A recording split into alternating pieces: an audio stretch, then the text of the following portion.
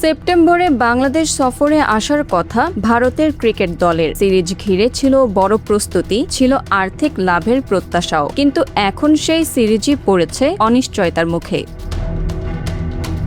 সাম্প্রতিক রাজনৈতিক টানাপোড়েনে দুই দেশের সম্পর্ক যখন নতুন করে উত্তপ্ত, তখন ক্রিকেটের মাঠে ভারতকে স্বাগত জানানোর আয়োজনও যেন ক্রমেই কঠিন হয়ে উঠছে। 5 আগস্ট দিল্লিতে ভার্চুয়াল সংবাদ সম্মেলনে অংশ নেন বাংলাদেশের ক্ষমতাচ্যুত প্রধানমন্ত্রী শেখ হাসিনা ও আওয়ামী লীগের কয়েকজন নেতা। ঘটনার পরপরই বাংলাদেশের পক্ষ থেকে আসে তীব্র প্রতিক্রিয়া।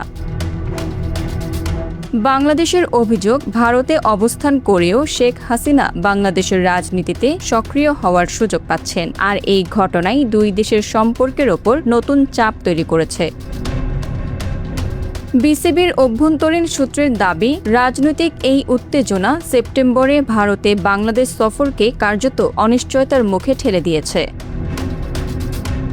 এর আগে অবশ্য পরিস্থিতি বদলের একটা সম্ভাবনা তৈরি হয়েছিল। টি-20 বিশ্বকাপ থেকে বাংলাদেশের সরে দাঁড়ানো নিয়ে দুই দেশের ক্রিকেটীয় সম্পর্কেও তৈরি হয়েছিল দূরত্ব। কিন্তু ফেব্রুয়ারির নির্বাচনের পর নতুন সরকার দায়িত্ব নেওয়ায় আশা জেগেছিল ক্রিকেট হয়তো আবার রাজনীতির বাইরে দাঁড়িয়ে সম্পর্কের সেতু হয়ে উঠবে। বিসিবির সভাপতি তামিম ইকবালের নেতৃত্বে ভারতকে আতিথেয়তা দেওয়ার প্রস্তুতিও চলছিল।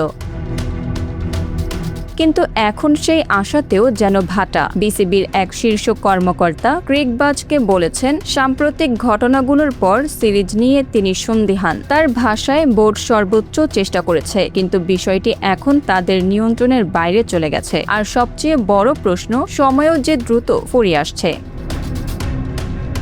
অর্থাৎ আনুষ্ঠানিক বাতিলের ঘোষণা না আসা পর্যন্ত আশা থাকছে, কিন্তু বাস্তবতা বলছে সেপ্টেম্বরে ভারতকে বাংলাদেশে এনে ক্রিকেটীয় লড়াই আয়োজনের পথ এখন আর শুধু ক্রিকেটীয় সিদ্ধান্তের ওপর নির্ভর করছে না। দুই দেশের সম্পর্কের বরফ কত দ্রুত গলে তার উপরই হয়তো নির্ভর করছে সেপ্টেম্বরে মিরপুরে ব্যাট বলের লড়াই দেখা যাবে, নাকি রাজনৈতিক উত্তেজনার কাছেই হেরে যাবে একটি বহুল প্রতীক্ষিত cricket series. Bangla affairs news desk.